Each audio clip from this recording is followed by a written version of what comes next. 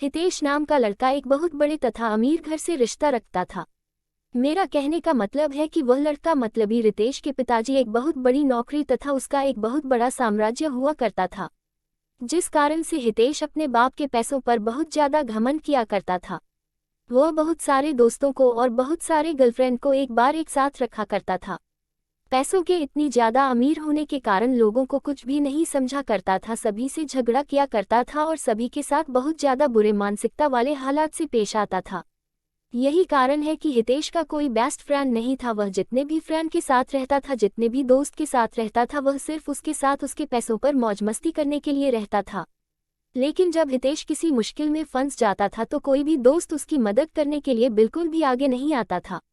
हितेश बहुत ज्यादा अपने फ्रेंड तथा दोस्तों के साथ टूर करने के लिए बाहर बाहर देश है जाया करता था, क्योंकि उनके पिताजी के पास इतनी ज्यादा दौलत थी कि कितना भी हितेश का उस दौलत में से पैसा उड़ा दे उसका कम नहीं होने वाला था। इस कारण से हितेश उस दौलत को लेकर बहुत ज्यादा घमंड किया करता था और हमेशा अपने दोस्तों को बहुत ज्यादा पार्टी दिया करता था और फिर उसके साथ घूमने के लिए जाने के लिए कहा करता था। हितेश को लड़की की लत लग गई थी। वह लड़कियों के साथ बहुत ज्यादा है समझ किया करता था। ज्यादा पैसा होने के कारण वह बहुत सारी लड़कियों के साथ घूमा करता था तथा बाहर डांस में जाकर लड़कियों के साथ बाहर डांस भी किया करता था। वह रिसोर्ट में जाकर लड़कियों को खाना खिलाता था और फिर घूमने के लिए टूर पर जाया करता था। एक दिन जब हुआ किसी कारण से अपनी छत पर टहल रहा था तो उसके घर के सामने एक छत पर एक कहां से और बहुत ज्यादा खूबसूरत लड़की टहल रही थी। हितेश अपने पैसे के दम पर सोचा कि चाहे कोई भी लड़की हो, अगर हितेश एक बार इशारा कर देगा तो कोई भी लड़की उसके आगे अपनी एटीट्यूड को नहीं रखेगी। लेकिन वह एक अच्छे और अच्छे परिवार से बिलोंग करती थी। वह लड़की ऐसी वैसी लड़की नहीं थी जो किसी की पैसों को देखकर उनके साथ चला जाए। उस लड़की को हंसाने के लिए हितेश बहुत तरह से उसको लालच देने का प्रयास करता था, लेकिन वह लड़की ऐसी वैसी लड़की बिल्कुल भी नहीं थी कि किसी की बातों में आ जाए। हितेश चाहे जितने लोगों को, जितनी लड़कियों को उसके पास भेजता था बोलने के लिए, लेकिन वह लड़की बिल्कुल भी बात मानने के लिए तैयार नहीं थी।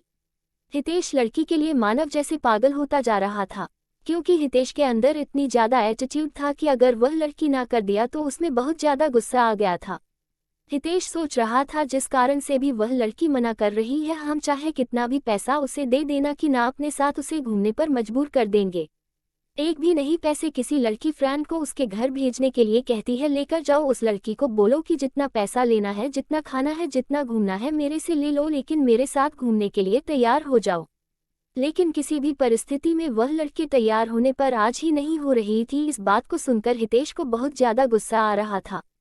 अब धीरे धीरे हितेश बिल्कुल भी बदलने लगा था। हितेश को उस लड़की के अलावा कोई भी लड़की नहीं दिखती थी। जितनी भी लड़की के साथ हितेश घुमा करता था, अब वह उन लड़कियों से बिल्कुल भी दूर हो चुका था। अब वह ज्यादातर वक्त अपना घर में ही गुजारा करता था। जब वह लड़की अपनी छत पर आया करती है तो हितेश अपनी चाहत से उस लड़की को निहारने का प्रयास करता था, उसे मनाने का प्रयास भी करता था। लेकिन शायद उस लड़की को हितेश के बारे में पूरी जानकारी होगी, इसी कारण से वह लड़की हितेश के पास ना जाने के लिए बहुत सारे बहाना बनाया करते थे। उस लड़की के पिताजी एक सरकारी विभाग में कार्य कर रहे थे, जिसका ट्रांसफर होने के बाद वह हितेश के घर के पास वाले अपार्टमेंट में रहने के लिए आया था। वह लड़की दूर से आने के कारण उसका कोई दोस्त नहीं था। लड़की कहीं घूमने के लिए भी नहीं जाया करती थी, क्योंकि घूमने के लिए उसका कोई सहेली नहीं थी। नया होने के कारण वह अकेले घूम भी नहीं पा रहे थे। ऐसे तो वहाँ के ज्यादातर लड़कियां अच्छे स्वभाव की नहीं थी, जिस कारण से उस लड़की को कोई भी सहेली पसंद नहीं आ रही थी। हितेश उस लड़की को हमेशा ही याद किया करता था, लेकिन ऐसा कुछ भी नहीं हुआ। कुछ भी ना बीत जाने के बाद वह लड़की अपने अपार्टमेंट को छोड़कर जाने ही वाली थी, क्योंकि उसके पिताजी एक सरकारी ऑफिसर थे और उसका ट्रांसफर 3 महीने में दूसरी जगह हो जाया करता था। जैसे ही उस शहर में उसे केदारी का 3 महीने गुजर गया, उसकी ट्रांसफर अब किसी दूसरे जगह हो गया था। ऐसे में हितेश बहुत ज्यादा दुखी रहने लगा था, क्योंकि वह जिसे प्यार करता था कभी भी उसे वह बात नहीं कर सका था। जैसे ही इस बात की जानकारी हितेश को हुआ बहुत ज्यादा दुखी हुआ और सोचने लगा कि मेरी क्या गलती है कि मुझे वह लड़की आज तक सही से देखा भी नहीं। लेकिन माना कि था उस शहर में उस दिन अंतिम दिन था। हितेश आता था कि उस लड़की से मुलाकात करके कुछ बात किया जाए। जब वह लड़की बाहर जा रही थी तो हितेश नहीं जा रहा था। जैसे ही लड़की देखा तो हितेश रुक गया। हुआ है लड़की हितेश के पास जा पहुंची थी और हितेश को कह रहे थे कि मुझे आपसे कुछ बात करना है। वो लड़की है देश को कहता है कि आपके अंदर पैसों की बहुत ज्यादा घमंड है और आपने बहुत सारी लड़कियों की जिंदगी को बर्बाद किया है, जिस कारण से भगवान तुम्हें ये सजा दिया है कि कोई भी अच्छी लड़की तुम्हें मिलना तो दूर की बात है तुम्हें दिखेगी भी नहीं। ऐसा कहकर माना कि आगे बढ़ जाती है। हितेश मन ही मन अपने आप को कोसता रहता है। हितेश सोचता है कि जो मेरे पास इतने पैसे हैं और कोई अच्छी लड़की ही नहीं मिलेगी, मेरे पास इतने पैसों की क्या कर सकते हैं।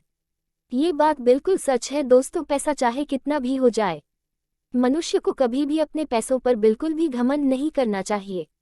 पैसा चाहे जितना भी हो जाए वह आपके करैक्टर को नहीं सुधार सकता है। यदि आपके पास बहुत ज़्यादा पैसा है तो उसे संभाल के रखी है, वह अच्छी चीज़ों में उपयोग करें।